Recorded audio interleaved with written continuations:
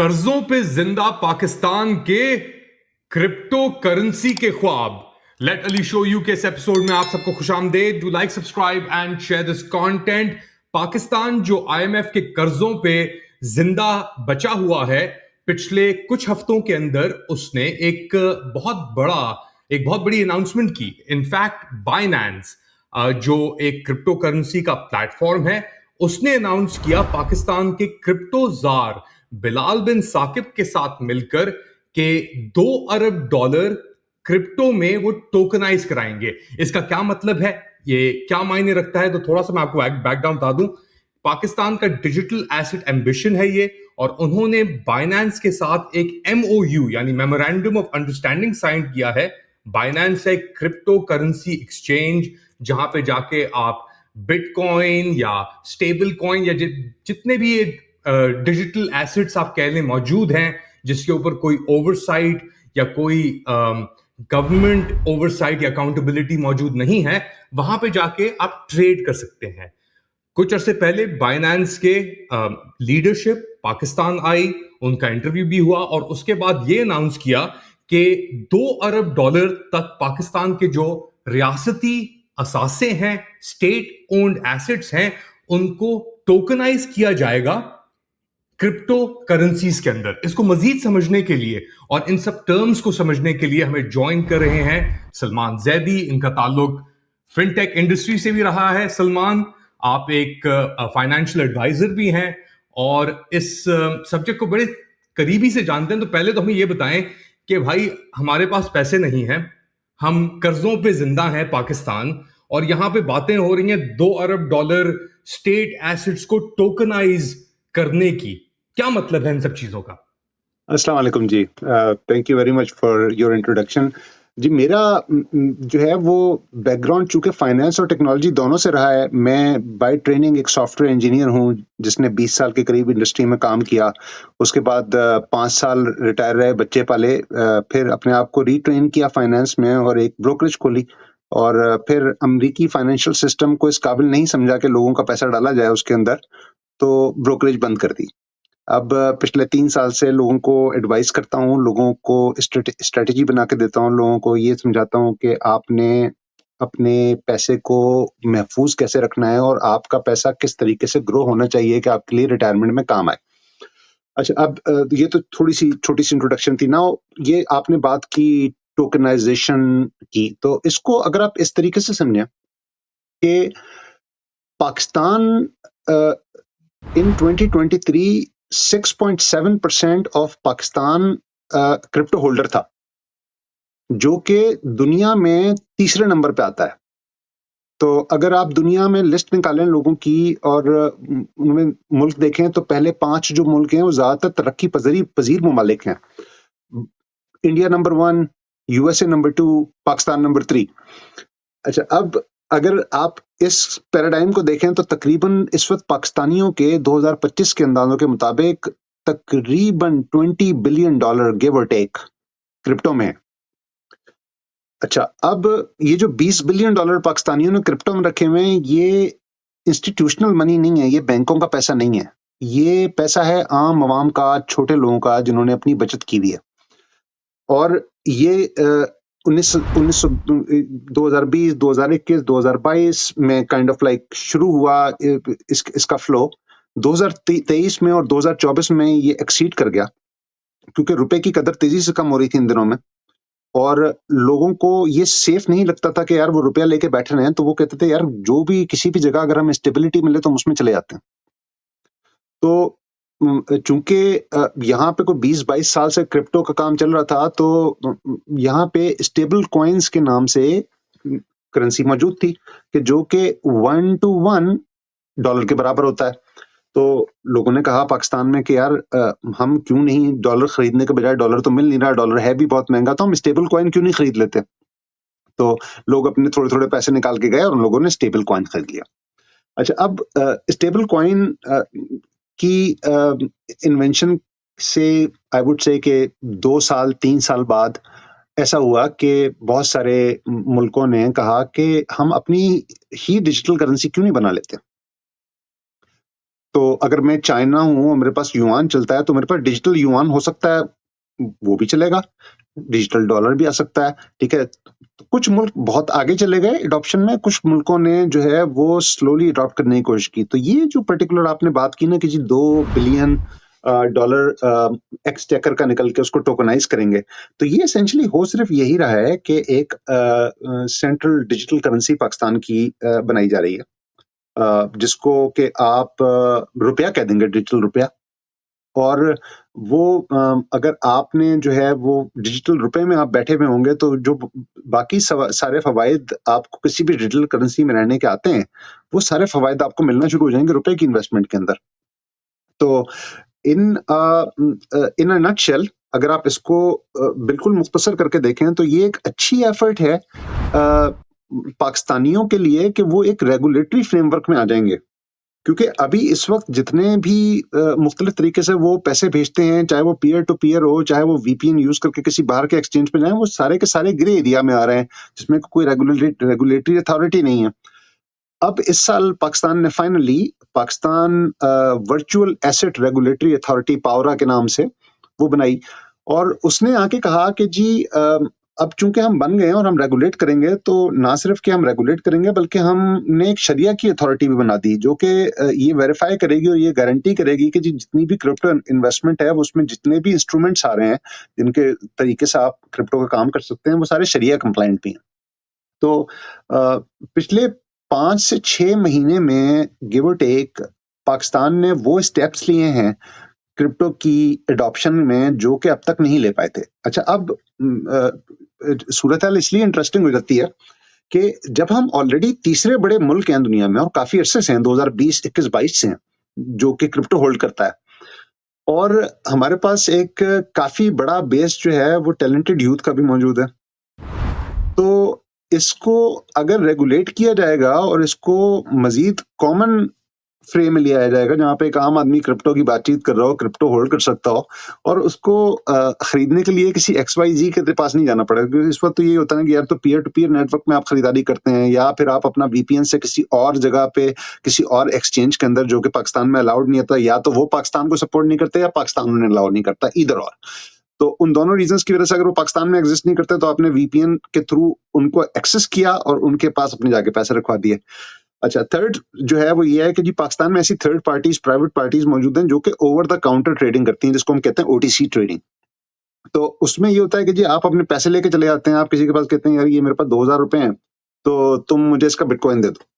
तो वो आपसे आपके वॉलेट का एड्रेस लेगा, आपसे 2000 रुपए रिसीव करेगा और आपके वॉलेट के अंदर पैसे ट्रांसफर कर देगा। चूंकि ये नॉन रेगुलेटेड है सारे, तो ये एतबार का काम है कि हो सकता है कि जी आपके 2000 भी चले जाएं, आपको मिले भी कुछ नहीं। तो बहुत सारे जो इसमें जो शुरू में प्रॉब्लम्स हुए या जो अभी तक प्रॉब्लम्स होते हैं, वो स्कैमिंग जो है वो इस तरह की बहुत ज़्यादा स्कैमिंग है कि आपको मल्टी लेवल मार्केटिंग्स में स्कैम्स हैं कि जी आपको दिखाया जाता है कि जी तुम एक अनयूजुअली हाई प्रॉफिट बना लोगे, और वो प्रॉफिट कभी बनता नहीं। तो एक तो ये भी है कि जी बायर भी अवेयर कि पाकिस्तानी अवाम के साथ बहुत दफ़ा पहले भी जो है मुख्तलिफ हिस्सों बखरों में यही काम हो चुका है, कई दफ़ा हो चुका है। हमने अभी तक शायद सबक नहीं सीखा ठीक से। हमें बहुत ज़्यादा पैसे दिखते हैं तो हम अचानक जो है वो जो ग्रीड है, जो हमारी लालच है, वो टेक ओवर कर लेती है हमारी अक्ल को, और हम उसके पीछे लग जाते हैं। हम कहते हैं यार ये तो वाकई अनयूजुअल लग रहा है। तो एक तो बात ये है कि जी वो जो पुराने लोगों ने कहा है कि अगर तो कोई चीज़ आपको अनट्रू लग रही है तो वो अनट्रू ही है, वो उसका ट्रू होना बहुत कम इम्कान है। तो अगर एक बैंक पाकिस्तान में आपको गारंटीड पैसे रख के 19-20% वापस कर रहा है और कोई आपको आके कहता है कि जी मैं तो तुम्हें 30% बना के देता हूँ गारंटीड, तो now you need to be careful कि क्या बात है इसके अंदर जो कि मेरे सारे बैंकों में नहीं आई। इतने सारे इकोनॉमिस्ट को लगा के, इतने सारे फाइनेंशियल विजिट्स को लगा के, इन लोगों ने सिर्फ 19-20 ही गारंटी किया। आप कहते हो जी मैं 30 दे दूंगा, वो भी गारंटीड दूंगा, तो now there is a problem. And that is something that most of us kind of like ignore. We go for promises. हम अमूमन ऐसे वादों के पीछे चलना शुरू हो जाते हैं कि जिनकी हकीकत नहीं होती, उनकी कोई लेग्स नहीं होती हैं स्टैंड करने के लिए। तो अगर क्रिप्टो में आप समझें तो मैं पर्सनली अपने ज़्यादातर लोग जिनके साथ आजकल एडवाइस करता हूँ, जिनको ट्रेड करके एडवाइस देता हूँ, उनको मैं ये बताता हूँ कि आपने बिटकॉइन में इस वक्त मोहतात रहना है। क्योंकि 2020 के बाद से अब तक जो एक चीज़ हमने ऑब्जर्व की है, वो हमने ये ऑब्जर्व किया है कि जो यहाँ पे टेक्नोलॉजी की इंडेक्स है नैस्डैक, वो बहुत ज़्यादा क्लोजली कोरिलेट करती है बिटकॉइन से। अब उसकी कोरिलेशन जो है वो ऐसी है कि जैसे अगर नैस्डैक ऊपर चढ़ेगी तो बिटकॉइन की प्राइस भी ऊपर जाएगी, अगर नैस्डैक नीचे गिरेगी तो बिटकॉइन की प्राइस भी नीचे गिरेगी। और हम नोट ये कर रहे हैं कि 2023 के मिडल ऑनवर्ड्स जब भी नैस्डैक थोड़ा सा गिरती है, फर्ज करें कि नैस्डैक 1% गिरी आज, तो बिटकॉइन 2.5 से 3% गिरेगा। अब ये जो पर्टिकुलर पैराडाइम है, ये जो कोरिलेशन है, इसको अगर आप फर्दर देखें तो इस वक्त अमेरिका अपनी लॉन्गेस्ट रनिंग बुल साइकिल्स में से है। तो 2008 के क्रैश के बाद से जो साइकिल शुरू हुई थी, वो अब ये 2025 चल रहा है, अभी तक जो है वो हम बुल में ही हैं। तो ये ऊपर ही जा रही है, मार्केट ऊपर ही जा रही है, और बहुत सारे लोग ये कह रहे हैं कि एक ऐसा मैसिव बबल है इस वक्त कि जिस वक्त ये बर्स्ट होगा तो बहुत सारे लोगों की जो है वो बगैर शर्ट के बाहर आएंगे स्टॉक एक्सचेंज में से। अच्छा, अब ये सारा बैकग्राउंड है, इसको आप व्यू में रखें कि अगर नैस्डैक बबल में है तो बिटकॉइन भी बहुत बड़े भाई बबल में है। आप सलमान भाई, आप जिस पेस पे चल रहे हैं ना, वो पेस बिटकॉइन की और टेक की पेस कुछ और है। मैं थोड़ा पुल बैक करता हूं कॉन्टेक्स्ट के लिए, जी और बिल्कुल। पाकिस्तान आपको मैं दोबारा लेके आता हूं। हम हाँ। जब बड़े हो रहे थे और अभी भी, हम्म, या तो प्रॉपर्टी के अंदर इन्वेस्ट कर रहे थे, जी टेंजिबल चीज है ना, कोई चीज आपके पास, या डॉलर भी अगर आप लेते हैं हम्म, जाके करेंसी मार्केट से, तो वो एक आपके हाथ के अंदर कोई चीज है। जी जी या तो बिल्कुल। प्रॉपर्टी में आप इन्वेस्ट करते हैं, हम्म, या आप गोल्ड के अंदर इन्वेस्ट करते हैं, हम्म, या आप डॉलर्स लेके अपने घर के अंदर सेव कर लेते हैं। ऐसी चीज हो जो आपके हाथ के अंदर हो। ये तो हवाओं में बातें हो रही हैं भाई। पहले तो ये हमें समझाएं कि आपने बिटकॉइन का जिक्र किया, आपने बबल्स का जिक्र किया। कोई भी बंदा, स्पेशली पाकिस्तान से इसका ताल्लुक है, आपने कहा कि थर्ड लार्जेस्ट कंट्री है, 20 अरब डॉलर डाले हुए हैं। हम्म, हाँ, शायद लोगों के पास पैसा हो, हम्म। मगर तासुर तो ये होता है कि अगर आपके पास पैसा है तो आप तो उस चीज में डालेंगे जाके जो आप कल आप कहीं जाएं तो आप आपके सामने वो चीज हो। अच्छा, इट्स अब मैं अगेंस्ट आपको समथिंग। अब मैं आप बड़े मजे की आपने बात की और बहुत अच्छी बात है। ठीक है, तो फाइनेंस साइड बिल्कुल 100% की जी। पाकिस्तान में ट्रेडिशनली क्या काम रहा कि जी यार वो प्रॉपर्टी खरीदते थे या गोल्ड खरीद लेते थे या फिर वो डिफेंस सेविंग सर्टिफिकेट खरीदते थे, क्योंकि एतबार जो था वो कम से कम होता जा रहा था लोगों पे। तो ये जो पूरा बिटकॉइन बिटकॉइन सिर्फ एक इंस्टेंस है ब्लॉकचेन के यूजेज का। Blockchain is the technology that is being used. ठीक है। अच्छा, अब ब्लॉकचेन जो एक चीज गारंटी करती है, वो ये चीज गारंटी करती है कि वो एक डिस्ट्रीब्यूटेड लेजर है जिसमें कि कोई धोखाधड़ी नहीं हो सकती।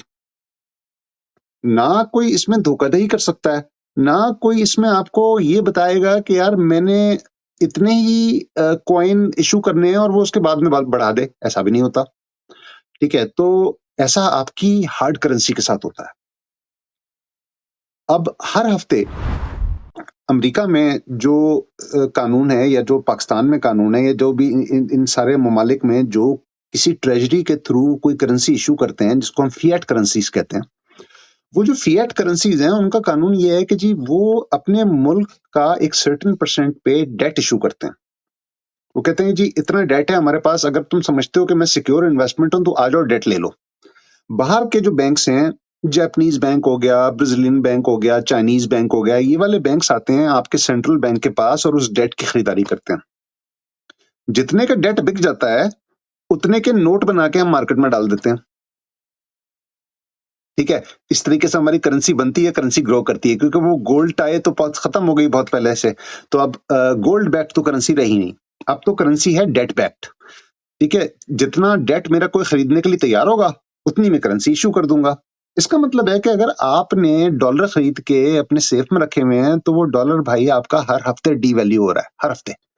As government of America issues more dollars against more debt, the quantity of dollars increase and the price goes down. अच्छा, अब यही काम जो है वो इन प्रॉपर्टी भी होता है कि आपको दिखा के कुछ और चीज बेची जाती है, आप खरीद भी लेते हैं, आप 20-22 साल तक उसके ऊपर बैठे रहते हैं, 25 साल भी बाज़ लोग बैठे रहते हैं लोग, कि यार ये बढ़ जाएगी, प्रॉपर्टी बढ़ जाएगी, प्रॉपर्टी बढ़ जाएगी, प्रॉपर्टी बढ़ती नहीं। क्यों नहीं बढ़ती प्रॉपर्टी? इसलिए कि वो जिस वक़्त फाइलें बना रहा था, जिस वक़्त डेवलपर आया था, उसने वो ज़मीन खरीदी थी, उसको पता था कि यार मैंने इतने % रिटर्न निकालना है, वो उतने % रिटर्न आपसे पैसों में लेके चला गया है। अब जो भी एक्स, वाई, ज़ी, कुछ लोगों के पॉलिटिकल मफ़ादात हैं, कुछ लोगों के बिज़नेसेस हैं, ठीक है? वो उस पर्टिकुलर इन्वेस्टमेंट को कभी भी पनपने ही नहीं देंगे, उस जगह पे ही नहीं आने देंगे कि जहाँ पे आप उसको लिक्विडेट करके निकल जाएँ।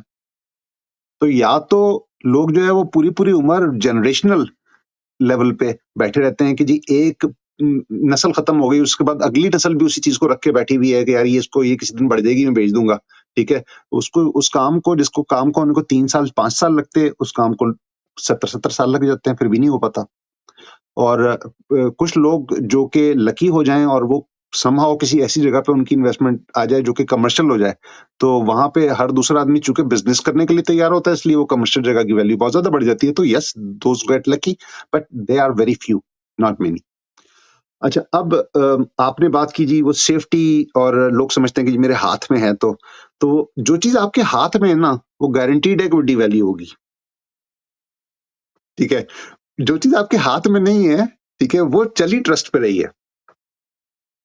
तो अब मेरा जो है वो बीच में बैंक ऑफ पाकिस्तान पे कोई ट्रस्ट नहीं है। मैं कहता हूँ यार मुझे bank of Pakistan, bank of America, bank of Japan, bank of China पे कोई ट्रस्ट नहीं है, ये तो डिवैल्यू करते हैं दिन-रात अपनी करेंसी को। मैं क्यों इनके पास अपने पैसे रखवा के बैठ जाऊँ? मैं सीधा-सीधा बिटकॉइन लेके बैठूँ या सीधा-सीधा कोई ऐसी करेंसी लेके बैठूँ कि जिसको मैं ट्रेड कर सकूँ कभी भी। मैं अगर एक बिटकॉइन को कहूँगा कि यार मैं तुम्हें भेजता हूँ, तो वो 1 बिटकॉइन पूरा पहुँचेगा, उसमें से कटौती नहीं होगी कोई, ठीक है? कोई फीस नहीं चार्ज करेगा, इंस्टेंट है। कि जैसे ही तुमने कोई खरीदारी की या कोई चीज़ बेची, उसी वक़्त वो पैसा तुम्हारे पास है। कोई बैंक उस पे होल्ड करके नहीं बैठा हुआ, कोई ये नहीं कह रहा कि यार ये हो जाएगा, ये हो जाएगा, फलाना अप्रूव कर देगा तो मैं आपको पैसे दे दूँगा, ऐसा नहीं हो रहा कुछ भी, ठीक है? एज़ सून एज़ कि आपने ये ट्रांज़ैक्शन की, वो आपके पास है। अच्छा, अब बिटकॉइन जो है वो शायद सबसे मशहूर क्रिप्टो करेंसी है, और सबसे ज़्यादा बड़ी नहीं है, सबसे ज़्यादा वाइडली डिप्लॉयड भी नहीं है, मगर सबसे ज़्यादा मशहूर है। और चूँकि सबसे पुरानी है, तो इसलिए ज़्यादा काम भी हुआ हुआ है।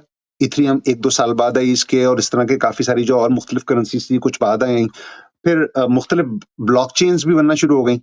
कि एक इथेरियम की अपनी ब्लॉकचेन है, बिटकॉइन की अपनी एक ब्लॉकचेन है, इस तरह मुख्तलिफ ब्लॉकचेन्स आती हैं, वो अपने कॉइन्स लेके आती हैं।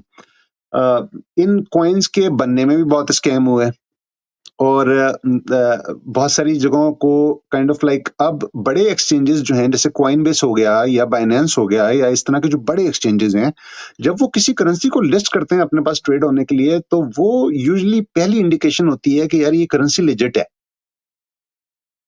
कि इतना बड़ा एक्सचेंज इसको लेके आ गया है, तो इसकी उसने ट्रेजरी भी वेरीफाई कर लिया, उसने ये भी वेरीफाई कर लिया कि बैकिंग डॉलर कितने हैं, बैकिंग एसेट्स कितने हैं, या अगर फर्ज करें कि अब इस वक्त ऐसी करेंसीज भी मौजूद हैं जो कि अपने आप को इंटेलेक्चुअल आईपी राइट्स पे बेस करती हैं। ऐसी भी करेंसीज मौजूद हैं, यानी कि आप किसी भी चीज को, जिसको भी आप देख सकते हैं, छू सकते हैं, खरीद सकते हैं, उसको आप टोकनाइज कर सकते हैं। और किसी भी चीज को अगर आपने टोकनाइज कर दिया तो उसका टोकन बन गया, उसकी एक डिजिटल करेंसी है। तो एग्जैक्टली यही काम जो है वो पाकिस्तान में होने जा रहा है, कि हम एक सेंट्रल बैंक डिजिटल करेंसी बनाना चाहते हैं, और हम कह रहे हैं कि यार हम इतने पैसे अपनी ट्रेजरी में से निकाल के आपको दे देंगे, उतने का आप टोकन बना दो और अपने एक्सचेंज पे लॉन्च कर दो।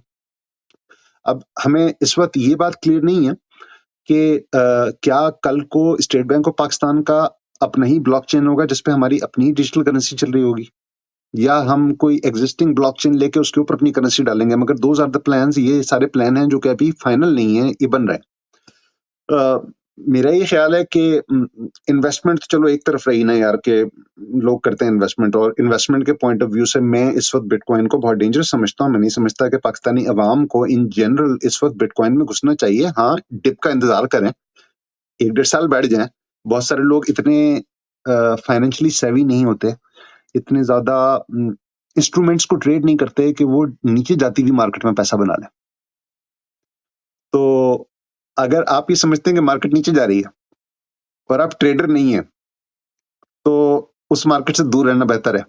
या उसमें अगर होल्डिंग भी रखी हुई है, तो उस होल्डिंग में जो नुकसान होगा आपको, वो नुकसान को सहने की आप में सलाहियत होनी चाहिए।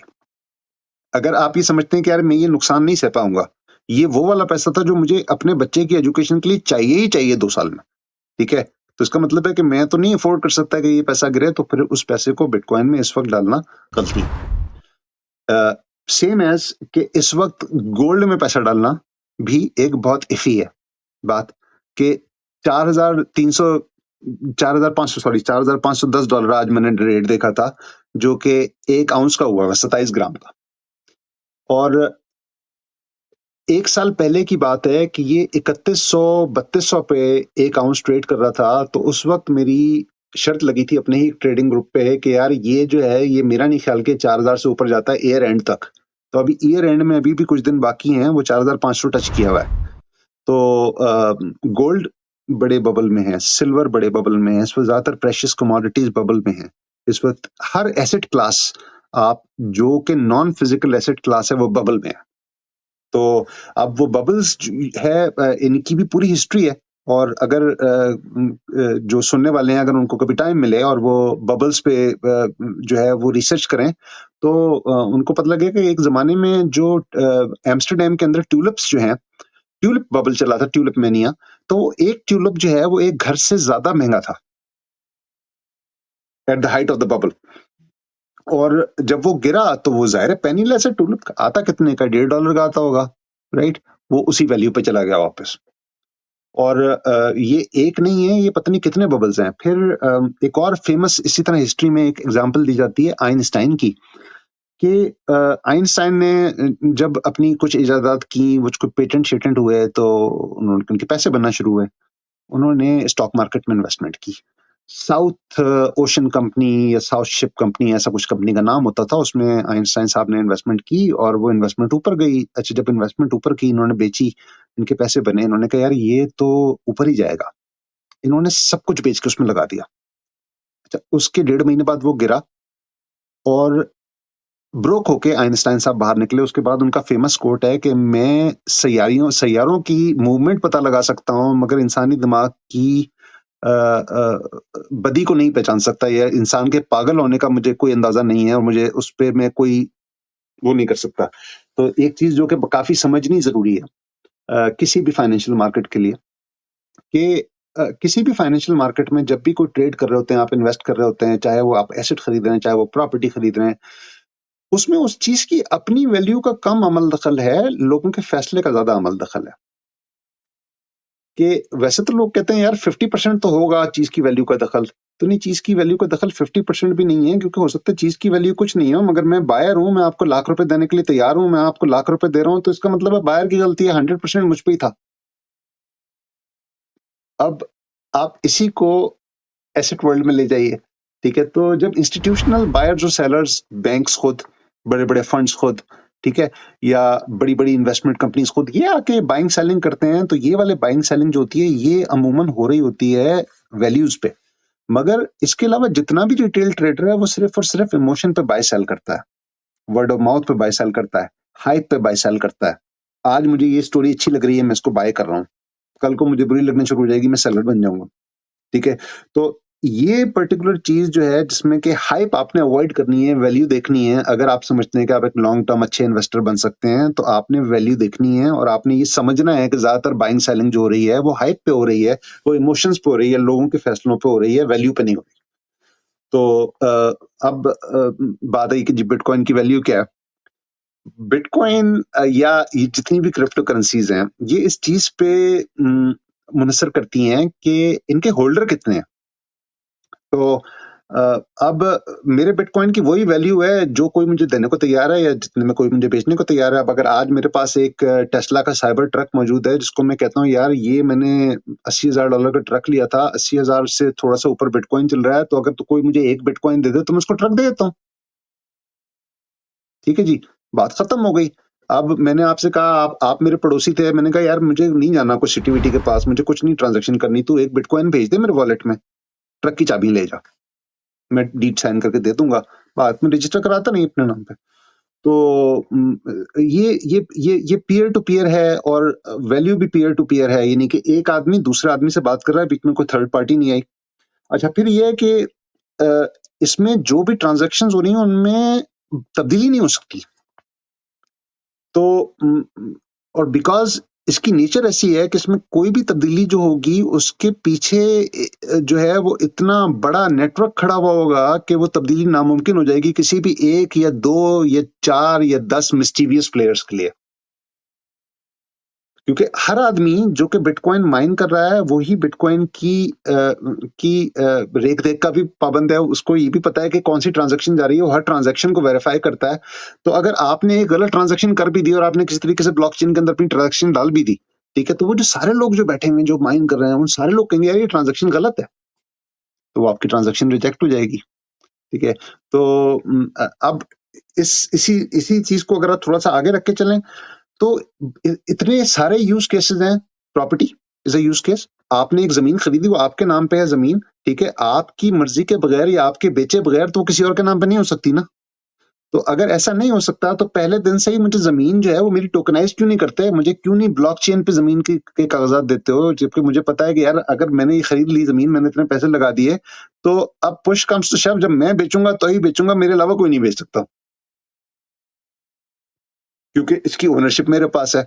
Same is with your identity cards कि अभी आप कहते हो कि यार मुझे नहीं पता चल रहा कि इतने सारे आइडेंटिटी कार्ड जो इशू हुए हुए हैं जो कि उनको अगवानी नेशनल्स को दे दिया है या इलीगल्स को दे दिया है, या हमें पता नहीं चल रहा कि कौन किसके पास है, कहाँ है, उसके पास से जाली निकल आया है। वो जाली शांति से नाते कार्ड की कॉन्सेप्ट ही खत्म हो जाएगा। जो ऑन चेन है वो वैलिड है और जो नहीं है चेन पे वो वैलिड नहीं है, बिकॉज चेन चेंज नहीं हो रही। सलमान जैदी के साथ क्रिप्टो के ऊपर पार्ट 1 अपने इख्तिताम को पहुंचा। आप लोगों का क्या ख्याल है बताएं मुझे कमेंट सेक्शन के अंदर। Do like, subscribe and share this content. थोड़ी देर बाद दोबारा हाजिर होऊंगा अपडेट के साथ। पार्ट 2 देखना मत भूलिएगा, बट उससे पहले बेल आइकॉन पे जरूर प्रेस कीजिएगा। अगली बार तक टेक केयर।